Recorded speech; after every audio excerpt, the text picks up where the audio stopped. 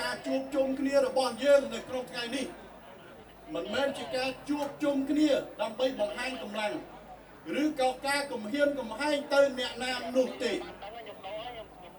កម្ពុជាថែរក្សាភាពចាស់ទុំដោះស្រាយបញ្ហាដោយសន្តិវិធីដោយសម្ដេចតេជោនិងសម្ដេចមហាបវរធិបតីបានលើកឡើងចឹងការជួបជុំរបស់យើងនៅក្នុងថ្ងៃនេះក្នុងលក្ខណៈជាមហាគ្រួសារខ្មែរគឺដើម្បីដែលបង្ហាញនៃមនោសញ្ចេតនានៃការជឿជាក់និងការគ្រប់គ្រងទៅលើរាជរដ្ឋាភិបាលគ្រប់គ្រងទៅលើកងកម្លាំងបដាអាវុធរបស់យើងគ្រប់គ្រងទៅរាល់វិធានការដោះស្រាយការពារបូរណភាពទឹកដីដោយសន្តិវិធី